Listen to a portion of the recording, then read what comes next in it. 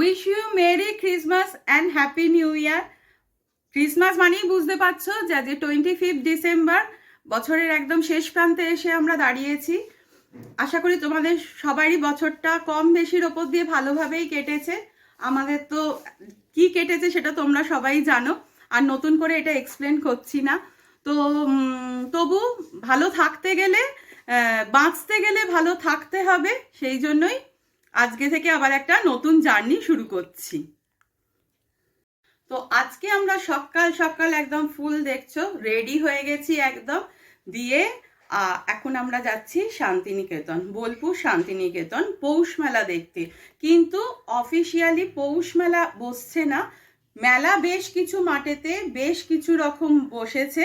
তো সেই হিসাবেতে আমরা যাচ্ছি শান্তিনিকেতনেতে ঘুরতে।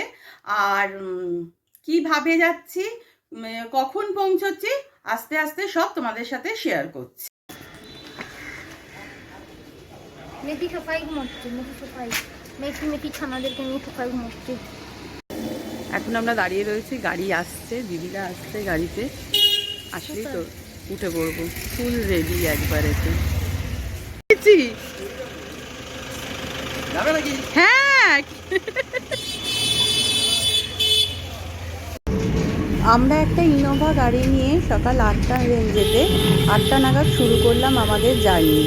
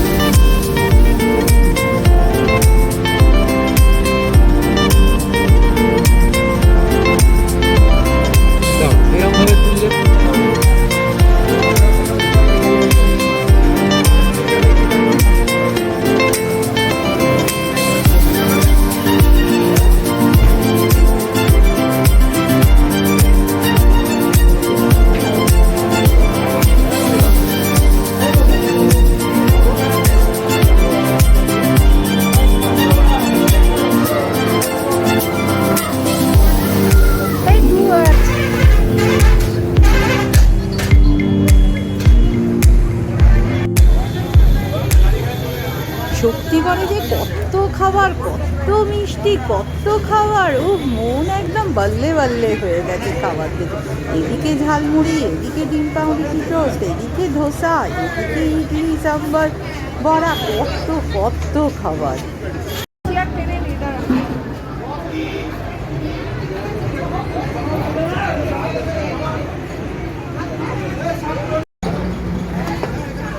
চলো চলো চলো,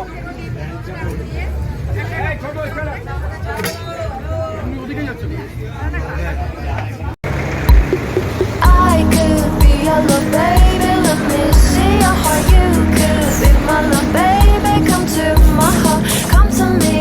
I want you, come to me. Oh baby, come to me. I want you, come to me. I could be your little baby, let me see.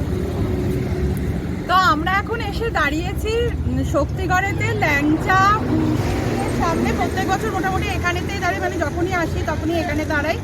এখন একটু যে যার মতো খাচ্ছে, আর এখানটা তো তোমরা সবাই জানো মোটামুটি যে ল্যাংচাটাই এখানকার স্পেশাল মেনলি।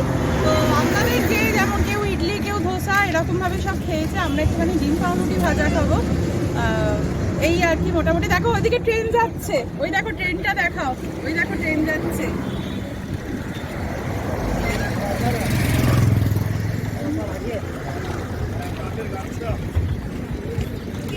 সুতির গামছাটা দেবো, তাদের গামছাটা হবে। স্টার্ট করে যাবো 100, হট করে ঘুরলে আমি ওই জন্য কন্টিনিউ করছি।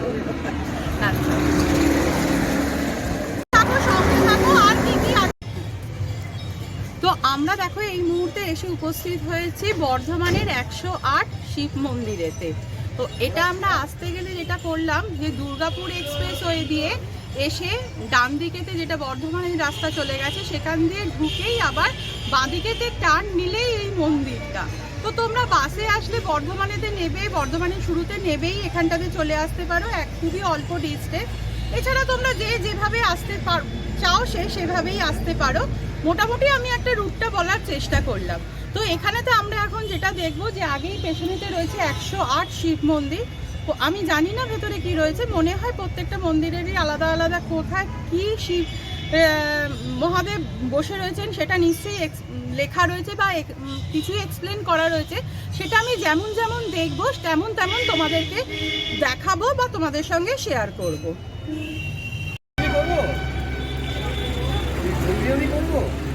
না মাইকটা কোথায় গেল? অত সুন্দর একটা মাইক দিলাম তোকে আমি, এই পারপাসে এত সুন্দর একটা মাইক দিলাম তোকে আমি। এই দেখো এখানেতে এসে দেখলাম আমাদের একজন খুদে সাবস্ক্রাইবার, ও খুব দেখে খুশি হয়েছে। ও এখানেতে এসে দেখতে চাইছে, কথা বলছে, সঙ্গমিত্রার সঙ্গে কথা বলছে। সঙ্গমিত্রা এসে পাশে দাঁড়াও।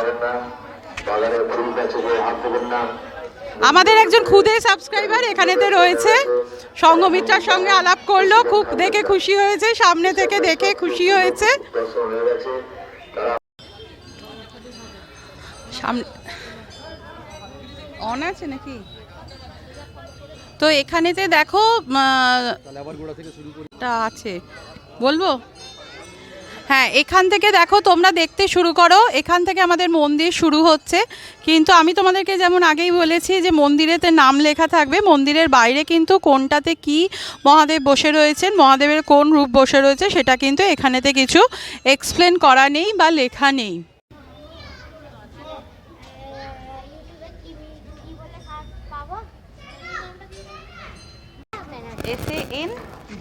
SANGHAMITRA।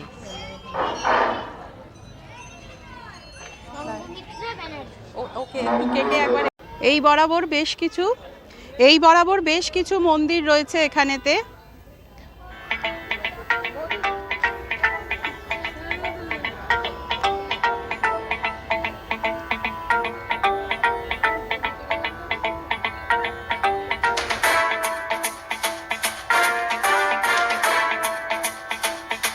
এখানে একটা সুন্দর পুকুর রয়েছে, কমেন্ট হোয়াইট, ভীষণ সুন্দর।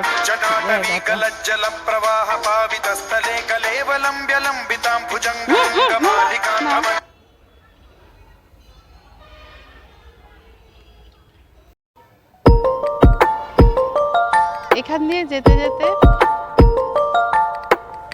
পুরো রাউন্ড করে ঘোরা যাবে মন্দিরগুলো। তোমাদের এখানেতে দেখাই, দেখো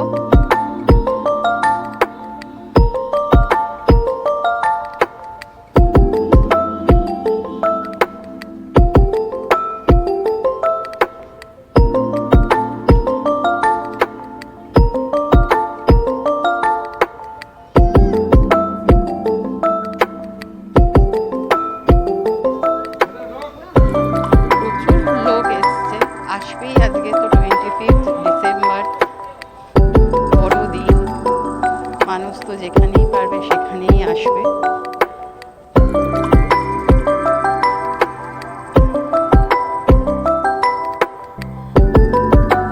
এটা তোমরা দেখতে পাচ্ছ, যেমন দেখো পুকুরের পুরো পুকুর পাড়টাকে ঘিরে মন্দির রয়েছে, আর এখানটাতে সুন্দর বাগান রয়েছে, গোলাপ ফুলের, হলদে গোলাপ, সাদা গোলাপ, ভীষণ সুন্দর লাল গোলাপ, গোলাপি গোলাপ, প্রচুর গোলাপের মানে ভ্যারাইটি রয়েছে, স্থলপদ্ম রয়েছে, অনেক রকম গাছ রয়েছে, একবারে খুব সুন্দর দেখতে লাগছে।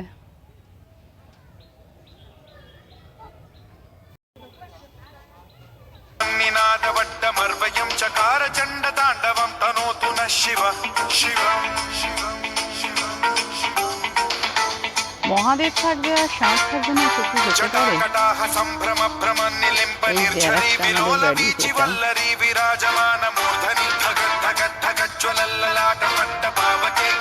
चंद्रशेखरे रति प्रतिक्षणम।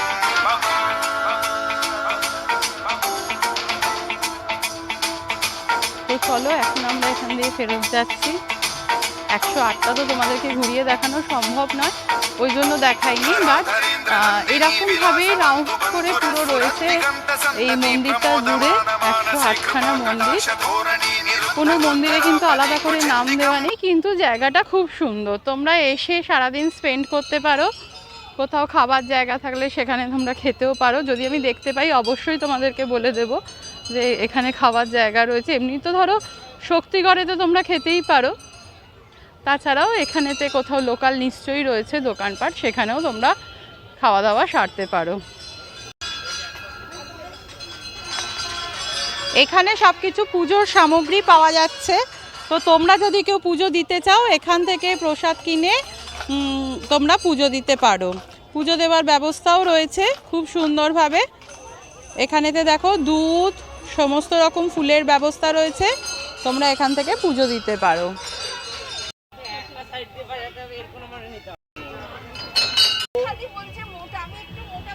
তো এখান থেকে আমরা এখন স্টার্ট করছি। এখন আমরা শান্তিনিকেতনের দিকে যাচ্ছি। যদি এই ব্লগটা ভালো লাগে তো please do like, comment, share and subscribe our YouTube channel which is Sanghamitra Banerjee. ভালো থেকো, সুস্থ থেকো, পরের ব্লগের জন্য অপেক্ষা করো।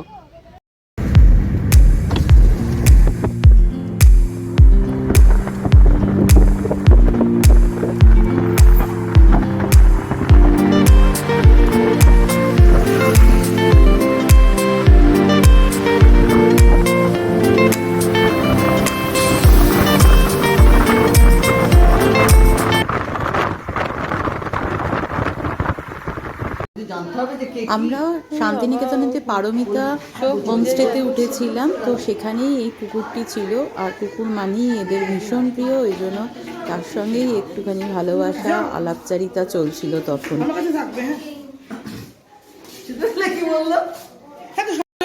হোমস্টেতেই বাউল গানের ব্যবস্থা করা হয়েছিল। 5000 টাকার কন্ট্রাক্ট হয়েছিল 7:30 থেকে 9:30 পর্যন্ত।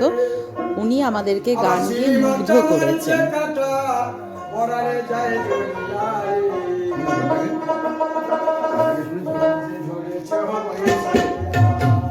লাইভ হবে না কিন্তু লাইভ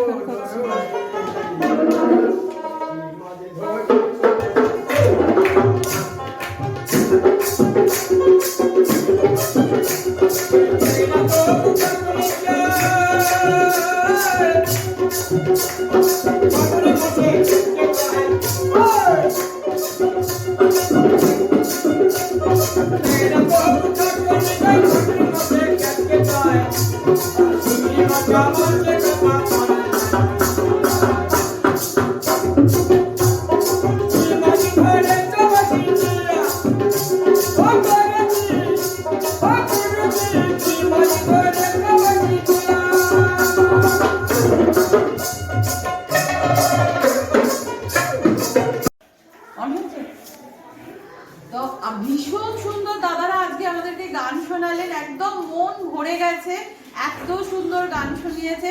তো আপনারা কি এখানেতেই সব থাকেন তো? হ্যাঁ, একটু নামগুলো যদি বলেন একটুখানি। আমার নাম হচ্ছে কবির দাস বাউল।